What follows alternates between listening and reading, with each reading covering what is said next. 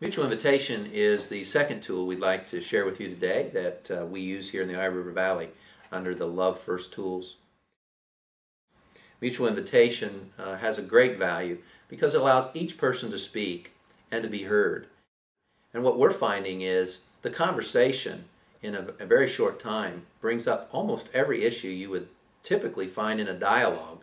Sometimes a dialogue actually creates a barrier for the conversation as two people get going back and forth. Mutual invitation permits that to be spoken. The next person can respond to it or say something completely different. And by the time you're done with an entire group being able to speak in this way, usually we find all the issues, the biggest ones, have come out. Mutual invitation is the process that allows each person a chance to be heard without being interrupted or criticized. Mutual invitation is something that you can use during the theological reflection here in a moment, that you can also click another button and find that third tool. You'll use it. But I've also used mutual invitation multiple times in a group when the group is starting to get caught or stuck on a conversation. To then switch to this tool allows each person to speak without being interrupted, allows each person to invite another person in the group then to speak after they're done. After you take your turn, you invite someone else to share their thoughts. Everyone takes a turn and you're allowed to do one of three things. The three options are to speak, to pass for now, to pass.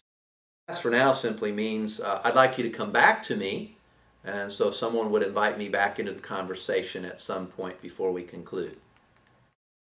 If you say pass, you're basically saying I really don't have anything to add to this conversation we're having right now, and you're allowed to do that.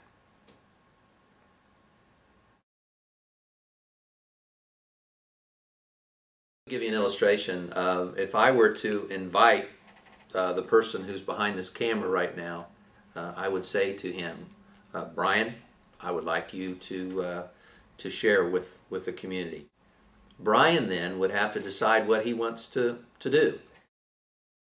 He can speak to the issue that we were talking about. He can pass for now, which means we'll come back to him. Or he can pass, which means he doesn't have anything to say on this particular topic. Now once he's done, the rest of the group waits quietly, and Brian then invites the next person into the conversation. I'd like to invite you, Sue, into the conversation. Sue then has the same three options of which she decides. Mutual invitation isn't near as easy as you may think. We have to discipline ourselves not to dialogue. In our culture, we are very comfortable with dialogue.